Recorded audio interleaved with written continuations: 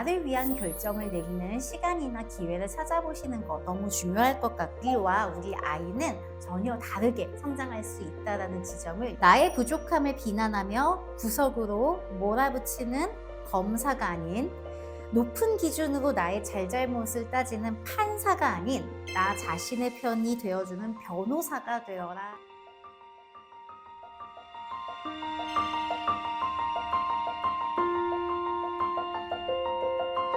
네, 안녕하세요. 이다랑의 육아낫 언론입니다. 오늘 이 시간에는요, 정신과 전문의 정우열 선생님의 신간, 나는 왜 내 편이 되지 못할까? 이 책을 가지고 우리의 삶과 감정에 대한 이야기를 좀 나눠보려고 합니다. 우열쌤은 저와는 개인적으로도 친한 이런 관계인데 또 제가 이 사심을 배제하고 열심히 책을 한번 읽어봤습니다. 이 책이 우리 부모님들이 읽으시기에 너무 좋을 책이더라고요. 제가 이 책을 추천드리는 첫 번째 이유는 이 책이 단순하게 어떤 감정에 대해서만 이야기하는 책이 아니라 다양한 성장 배경이나 경험들이 어떻게 감정으로 이어지는지에 대해서 굉장히 다정하고 친절하게 잘 알려주고 있다는 부분이고요. 두 번째는 이 책에는 굉장히 다양한 사례가 많이 나옵니다. 마치 정신과 선생님이 실제로 사례를 다루어 주듯이 이야기가 굉장히 자세하게 나와 있기 때문에 이 책을 읽다 보면 이 안에서 나에게 혹은 내 배우자에게 해당하는 사례를 쉽게 잘 찾아보실 수 있으실 것 같아요. 마지막으로 세 번째는 사실 이 책은 육아서가 아니지만 우리 육아를 하는 육아인들에게 적용할 수 있는 이야기들이 굉장히 많이 있습니다. 그래서 너무 육아서만 읽느라고 질려버린 우리 부모님들 계시다면 육아서가 아닌 이 책을 통해서 한번 내 감정 그리고 내 삶에 대해서 생각해 보시면 좋을 것 같아서 이 책을 추천합니다. 제가 느낀 5가지 인사이트를 좀 여러분과 공유해 보려고 합니다.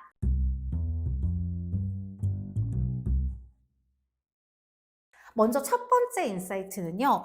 이 책의 처음 페이지를 열면 작가의 말이 있습니다. 그런데 이 작가의 말부터 굉장히 큰 울림을 주는데요. 상황이 아니라 내 감정에 초점을 맞추는 것이 얼마나 중요하면서도 또 어려운 일인지에 대해서 잘 이야기를 해줍니다. 이 책의 저자인 정우열 선생님이 정신과 전공의 첫 해에 이제 슈퍼비전을 계속 감독을 받을 때에 이런 생각이 드셨대요. 대부분의 환자들이 개인의 상황이 힘들어서 생긴 질환인데 왜 환경에 집중하지 않고 이 사람의 개인의 마음에 집중하라고 하는 건지 사실은 도무지 이해할 수가 없었다라는 것이에요. 근데 저는 이 부분을 딱 읽자마자 저도 너무 많이 공감을 했습니다. 왜냐면 저도 처음 상담을 배우고 심리학을 공부할 때 이 사람이 겪고 있는 문제는 사실 외부 상황이 바뀌면은 쉽게 해결될 수 있는 문제인데 이 사람의 마음에 대해서 우리가 조금 더 안다고 해서 과연 문제가 해결이 될까라는 생각을 저도 했었거든요. 그런데 사실 마음에 집중하는 것은 정말 놀라운 힘을 가진다는 것을 정우열 선생님도 깨닫게 되었다고 합니다. 왜냐하면 결국 사람이 가지고 있는 문제, 나를 괴롭게 하는 것은 외부에서 발생된 문제 그 자체가 아니라 결국에는 그 문제를 해석하고 내가 내 자신에게 주는 메시지가 원인이라는 것을 알게 되었기 때문이라는 거죠. 그래서 사실 외부의 상황보다 내 마음에 집중할 수 있는 힘을 키우는 것이 굉장히 중요하다라고 강조하고 있는데요. 그럼에도 불구하고 2가지 이유 때문에 우리 감정, 우리의 마음에 집중하기가 어렵다고 합니다. 첫 번째 이유는요, 우리의 사회가 계속 나의 마음에 집중하기보다는 외부적인 환경에 더 중시되고 외부의 환경으로부터 더 영향을 많이 받게끔 구성이 되어 있기 때문에 내 마음에 집중할 수 있는 실질적인 기회를 되게 갖기 어렵다라는 점이에요. 두 번째는 내 마음에 집중할수록 사실 내 마음에 느껴지는 감정이 좋은 감정이 아니잖아요. 그러다 보니까 이 부정적인 감정을 느끼고 이 감정에 대해서 생각하는 것이 그 자체로서 너무 고통스러운 일이기 때문에 내 감정에 집중하는 것이 그렇게 쉬운 일은 아니라는 점이죠.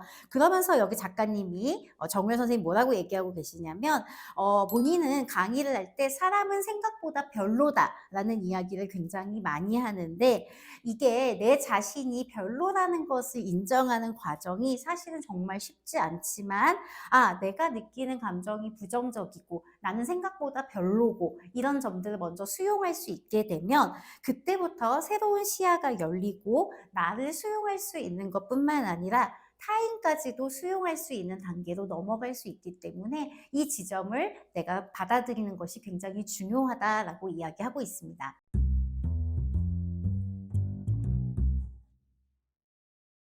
이 책에서 만날 수 있는 두 번째 인사이트는요, 남이 아닌 나를 위한 결정을 하라입니다. 이 책에는 유독 나보다는 타인의 시선, 그 다음에 외부의 환경, 외부에서 주는 메시지에 신경을 쓰는 사람들의 사례 이야기가 많이 나오는 것을 발견할 수 있는데요. 이런 사람들은 평소에 나보다는 주변에 레이더가 많이 있다 보니까 내적으로 느껴지는 스트레스도 굉장히 크고 또 이런 것들이 계속 쌓이면서 2차적이고 부가적인 감정들을 계속 만들어낸다라고 보고 있습니다. 그래서 이 책에서 제안하고 있는 방법 중에 하나는 소소한 것부터 나를 중심으로 둔 의사결정들을 내려보라라고 이야기를 합니다. 뭐 예를 들면은 하다못해 출퇴근길에 좋아하는 음악을 하나 듣는 것, 책상을 내가 원하는 스타일대로 꾸며보는 것, 이런 것들이 굉장히 중요하다라고 얘기하면서 강조할 것은 이런 것을 할 때, 이렇게 하면은 우리 집 전체에 어울릴 것인가? 라든가, 내가 이걸 들으면은 뭐 우리 남편이나 아이가 어떨 것인가? 이런 것을 고려하지 않는 선택을 반드시 해봐야 한다라고 강조를 하고 있습니다. 저는 이 부분이 실제로 아이를 양육하는 우리 특히 부모님들, 특히 엄마들에게 굉장히 중요한 부분이라는 생각이 들어요. 제가 사실 그 박사과정 중인데 수업을 들으면서 저의 2주 동안의 생활을 일일이 다 기록해보는 활동을 해본 적이 있어요. 그런데 저는 몰랐는데 막상 다 기록하고 나서 그것들을 2주치를 한꺼번에 보니까 제가 남을 돌보는 데 시간을 너무 많이 쓰고 있는 거예요. 저는 사실 살면서는 내가 좀 스트레스가 많다, 피곤하다 이런 생각을 하긴 했는데 제가 보내는 시간의 상당수가 저에게 쓰는 시간이 거의 없고 누군가를 돌보는 일, 회사의 팀원을 돌보거나 남편을 돌보거나 아이를 돌보거나 그러는 일들에 계속 쓰고 있다는 걸 발견하게 됐어요. 물론 남을 돌보는 건 너무나도 중요한 일일 수 있지요. 그런데 전체적인 시간에서 내가 정말 나를 생각해주는 시간이 너무나 적다면 이 돌봄이 건강하게 지속될 수가 없겠지요. 그래서 여러분들이 이 책의 내용을 참고하셔서 한번 나를 위한 결정을 내리는 시간이나 기회를 찾아보시는 거 너무 중요할 것 같고요. 나를 위한 선택을 내리는 것뿐만 아니라 한 번쯤은 타인에게 억지로 도움을 요청해서 도움을 받아보는 경험을 하는 것이 필요한 그런 사람들도 있다라고 이야기를 합니다.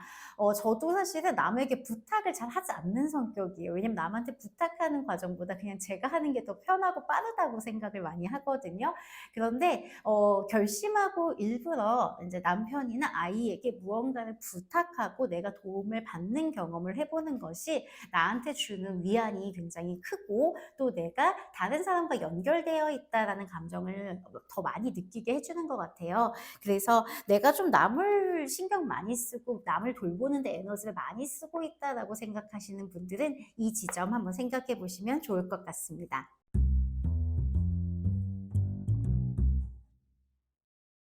이 책에서 이야기하는 세 번째 인사이트는 지나친 통제감을 끊어내라입니다. 이 책에 있는 사례 중에서 유독 통제 욕구가 많은 사람들이 좀 등장을 합니다. 지나치게 자신을 둘러싼 주변 환경이나 타인을 많이 통제하려고 하는 그런 유형의 사람이죠.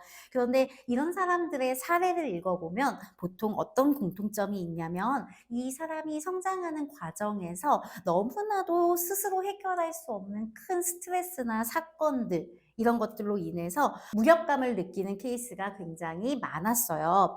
그러니까 즉 성장하는 과정에서 내가 할 수 없는 게 너무 많아. 내가 통제할 수 없어. 이런 감정을 많이 느끼면서 자란 사람이 오히려 어른이 되고 나서는 불확실한 상황을 제거하려고 하는 이런 불안이 더 커지면서 주변 상황에 대한 통제가 굉장히 커지는 그런 패턴을 보인다라는 것이죠. 근데 저도 인제 상담을 하다 보면 유독 부모님들 중에서 남편이나 혹은 내 자녀에 대한 통제를 굉장히 많이 하는 케이스들을 종종 만나게 되는데요. 이런 경우 이야기를 깊이 나눠보면 사실은 그 기저에 불안이 있거나 아니면 내가 그동안 무언가를 통제하지 못했던 것에 대한 무력감이 항상 있다라는 것을 많이 발견할 수 있었어서 굉장히 공감하는 내용이 많았습니다. 우리가 기억해야 될 것이 무엇인가요? 내 기준과는 별개로 상대방에게는 주관과 의지가 있고 그건 내가 통제할 수 있는 영역이 아니라는 그것을 사실로서 받아들이는 것이 굉장히 중요합니다. 특히 우리는 부모잖아요. 그런데 우리가 이 통제감에 대해서 내가 통제가 많구나. 내 이 통제는 불안과 어떤 무기력감에서 기인한 것이구나. 이런 것을 이해하고 인정하고 받아들이지 않으면 사실 이 통제감이 누구한테 가기가 쉽겠어요? 아이한테 가기가 굉장히 쉽다라는 거예요. 그런데 이렇게 됐을 때 가장 안 좋은 결과는 결국 우리가 아이를 강하게 통제함으로써 아이도 똑같이 성장 과정에서 무기력감을 경험하게 되고 그러면 이 무기력감과 이어지는 통제감의 대물림이 이루어진다라는 점이에요. 우리가 이것을 끊기 위해서라도 지금 우리의 과정에서 우리의 마음에서 내가 가지고 있는 통제감에 대해 제대로 이해하고 인지하는 것이 정말 매우 중요할 것 같습니다.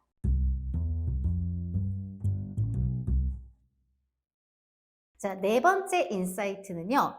정우열 선생님이 진짜 막 주옥 같은 말씀을 하셨습니다. 나의 부족함을 비난하며 구석으로 몰아붙이는 검사가 아닌 높은 기준으로 나의 잘잘못을 따지는 판사가 아닌 나 자신의 편이 되어주는 변호사가 되어라 라고 이야기를 해주고 있습니다. 좋은 말씀이네요. 이 책에서는 자신한테 관대하지 못한 케이스도 좀 많이 등장을 합니다. 그러니까 나한테 관대하지 못하다라는 건 내가 어떤 것을 잘못했을 때 필요 이상으로 그것을 잘잘못을 너무 심하게 따지고 나 자신을 몰아붙이고 자책감을 느낀다라든가 또는 내가 굉장히 객관적으로 노력하고 잘하고 내가 성취해낸 것에 대해서 그걸 충분히 축하하고 인정하기보다는 그냥 뭐 어쩌다 보니까 됐어 이런 식으로 그냥 넘어가 버리거나 아니면 이건 그냥 운이 좋았어 이런 식으로 치부해 버리면서 외부의 공으로 돌리고 그러면서 여전히 다음엔 또 잘할 수 있을까 이렇게 불안을 느끼는 이러한 케이스가 해당이 되는 것이지요. 그래서 이 책에서는 이런 유형들이 스스로 자기 자신을 계속 쫓기게 만드는 유형이다라고 이야기를 하고 있어요. 우열쌤이 얘기해 주신 것처럼 좀 나의 변호사가 되어주는 그러한 관점이 필요하다라는 거죠. 내가 잘못한 것에 대해서는 잘못한 거 맞지만 다음에는 어떻게 해볼 수 있을까?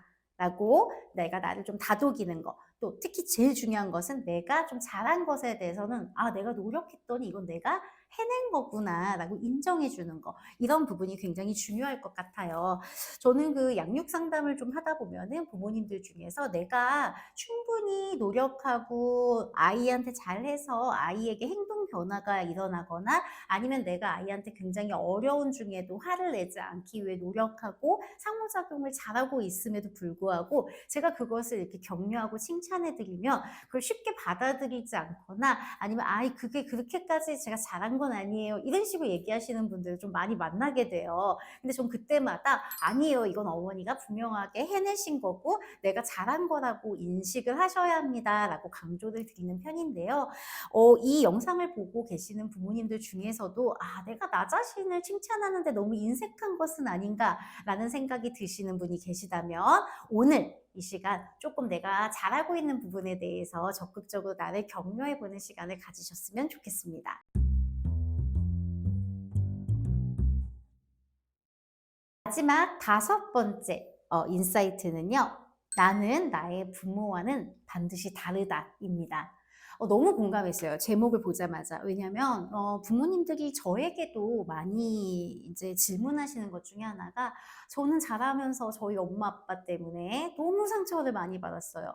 근데 제가 아이한테 또 똑같이 하게 될까 봐 너무 걱정이 돼요. 라든가 아니면 제가 불안이 되게 많은 사람인데 아이도 저랑 비슷한 것 같아요. 얘도 저처럼 자라면 어쩌죠? 라는 어떤 질문들을 저한테 굉장히 많이 하시거든요. 근데 여기에 대해서 이 책에서 정우열 선생님은 똑같은 부모가 되지 않을 수 있다. 우리는 우리의 부모와 다르다라고 분명하게 이야기를 해주고 있습니다. 그 이유는요, 우선은 나와 우리 부모님은 전혀 다른 사람이기 때문입니다. 내가 가지고 있는 자원이 있지요. 그래서 이 자원을 찾는 것이 굉장히 중요해요. 예를 들어서 불안이 많은 내가 똑같이 불안이 많은 아이를 키우고 있지만 나는 그 대신 이렇게 공부하고 있고 노력하고 있고 또 내가 가지고 있는 자원 중에 남편은 이런 장점이 있고 이런 장점은 우리 친정 아빠와는 어떤 점이 다르고 또 나는 지금 아이한테 어떤 지점들을 더 해줄 수 있고 내가 찾을 수 있는 전문가는 누가 있고 이런 지점들을 한번 생각해 보시는 게 굉장히 중요하다라는 거예요. 우리가 무슨 붕어빵 똑같이 찍어내듯이 그렇게 사람이 성장하는 게 아니라는 거지요.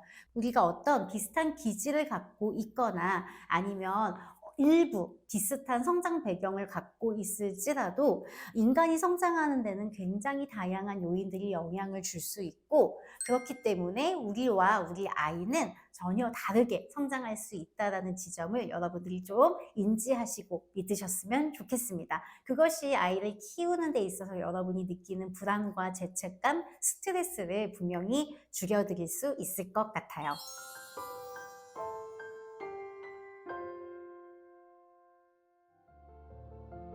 저는 오늘 정신과 전문의 정우열 선생님의 신간 나는 왜 내 편이 되지 못할까라는 책을 통해서 제가 느낀 5가지 인사이트를 이 책에 있는 내용을 통해서 조금 소개를 해드렸습니다. 좀 더 자세하게 사례를 읽어보고 또 나의 것으로 조금 받아들이고 싶은 분들은 책을 한번 구입해서 읽어보시는 것도 너무 좋을 것 같습니다.